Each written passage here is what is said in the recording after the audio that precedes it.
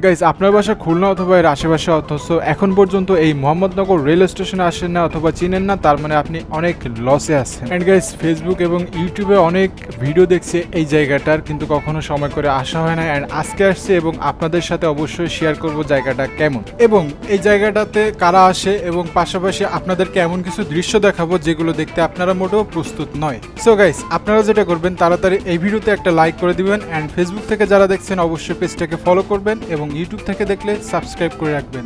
শুরু করতেছি আজকের ভিডিও।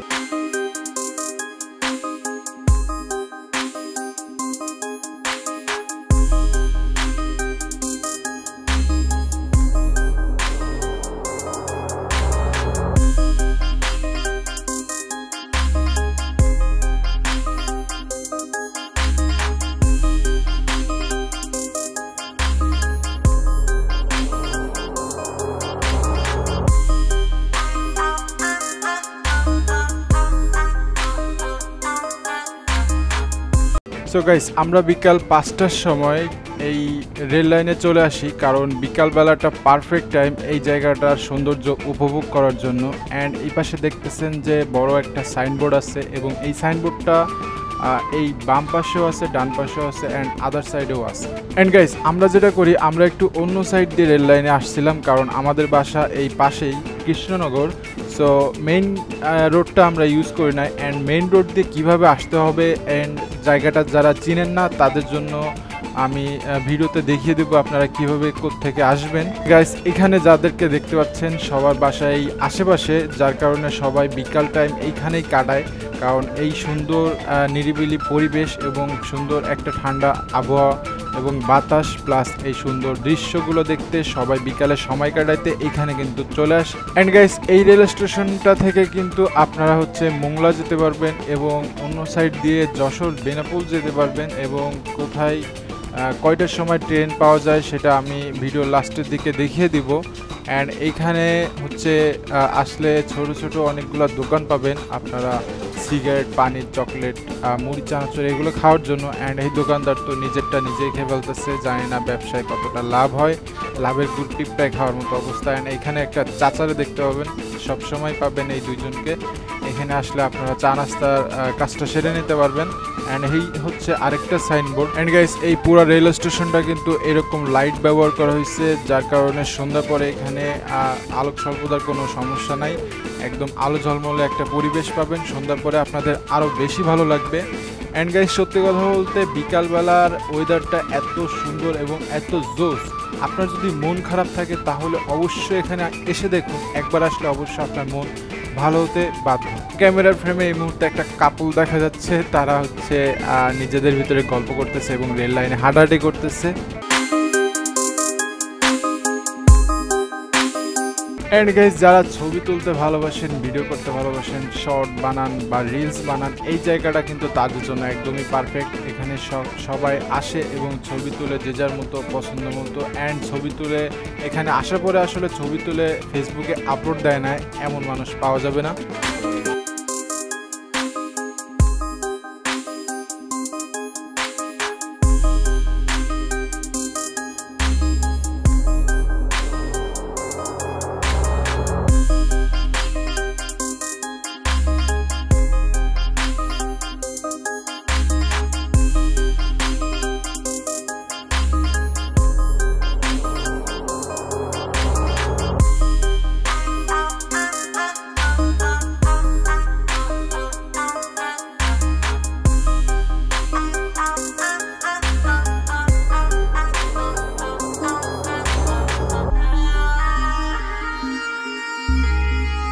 অ্যান্ড গাইজ, এখানে কিন্তু খুব সুন্দর একটা ওভারব্রিজ আছে যেটা একদমই নতুন। অ্যান্ড এই পুরো স্টেশনটাই কিন্তু নতুন, যার কারণে সব কিছু এখন এখানে রং দিয়ে নতুন রং করা। সো সব কিছু আপনার কাছে কালারফুল লাগবে। অ্যান্ড এই ওভারব্রিজে কিন্তু ছবি তুলে অনেক সুন্দর আসে, সিক্রেটটা বলে দিলাম, সবাই এখানে ছবি তুলে অ্যান্ড আপলোড করে থাকে। অ্যান্ড পুরা জায়গাটা কিন্তু অসম্ভব সুন্দর। যখন আপনি এই ওভারব্রিজের উপরে চারিপাশের লুকটা দেখবেন তখন আপনার কাছে আরও বেশি ভালো লাগবে। এন্ড গাইস এবারে বলি এখানে কারা আসবেন। এখানে মূলত খুবই নিরিবিলি পরিবেশ, যারা নিরিবিলি পরিবেশ পছন্দ করেন তারা আসতে পারেন। অ্যান্ড গাইস এখানে কিন্তু আপনি ফ্যামিলি নিয়েও আসতে পারেন, বন্ধু বান্ধব, বান্ধবী, গার্লফ্রেন্ড, বয়ফ্রেন্ড সবাইকে নিয়ে আসতে পারবেন, এরকমই একটি জায়গা। অ্যান্ড আরেকটা কথা বলি, সেটা হচ্ছে আপনি যদি ক্রাউড পছন্দ করেন, মানে অনেক মানুষজন থাকবে, আপনি মেয়ে দেখবেন বা আপনি ছেলে দেখবেন, তাহলে আপনাকে ফ্রাইডেতে আসতে হবে। আর ফ্রাইডেতে কিন্তু এখানে প্রচুর পরিমাণ মানুষ আসে। জায়গাটা ফার্স্টে যখন কেউ চিনত না তখন খুব অল্প আসতো, কিন্তু এখন আস্তে আস্তে সবার কাছে পরিচিত হওয়ার কারণে এখন প্রচুর পরিমাণ মানুষ আসে। এখন অন্য অন্য খুলনার যে পার্কগুলো আছে সেখানে কিন্তু প্রচুর লোক যায়, যার কারণে কিছু মানুষ এখানে চলে আসে। অ্যান্ড আপনি যদি ক্রাউড পছন্দ না করেন, একেবারে নিরিবিলি চান, সেক্ষেত্রে আপনাকে হচ্ছে ফ্রাইডে বাদে আদার অন্য কোনো একটা ডেতে আসতে হবে, তাহলে আপনি নিরিবিলি পরিবেশ পাবেন।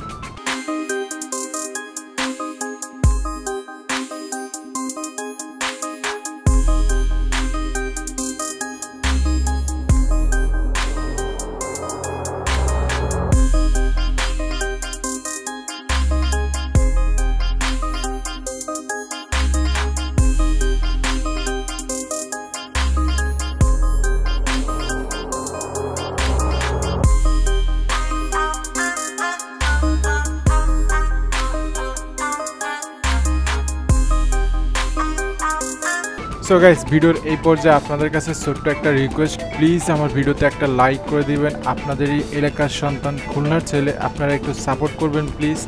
অ্যান্ড গাইস এখানে আমরা একটা ভুল করি, আমরা পাথর হচ্ছে ঢিল বানায় পুকুরে ফালাই। সো এইগুলা কেউ করবেন না, এটা আমাদেরই সম্পদ, আমাদেরই রক্ষা করার দায়িত্ব।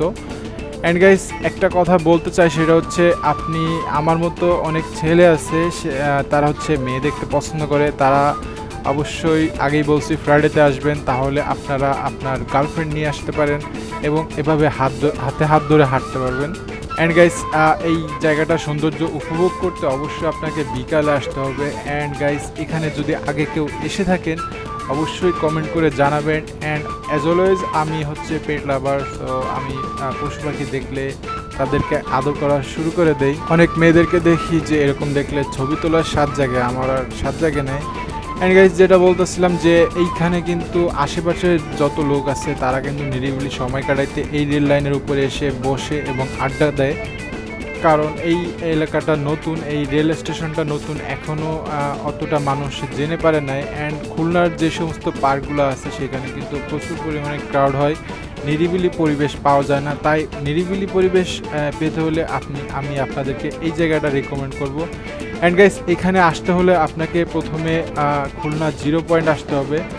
আপনি যদি 0 পয়েন্ট না চিনেন, গুগল করবেন তাহলে চিনতে পারবেন। অ্যান্ড 0 পয়েন্ট থেকে সাতক্ষীরা হাইওয়ের দিকে যাইতে মেইন রোডের উপরে দেখবেন যে রেল ক্রসিং আছে। 0 পয়েন্ট থেকে এইখানে এই রেল ক্রসিং পর্যন্ত অ্যারাউন্ড 1 কিলোর মতো আসলে হবে। আপনার যদি বাইক নিয়ে আসেন তাহলে সবথেকে বেশি ভালো হয়।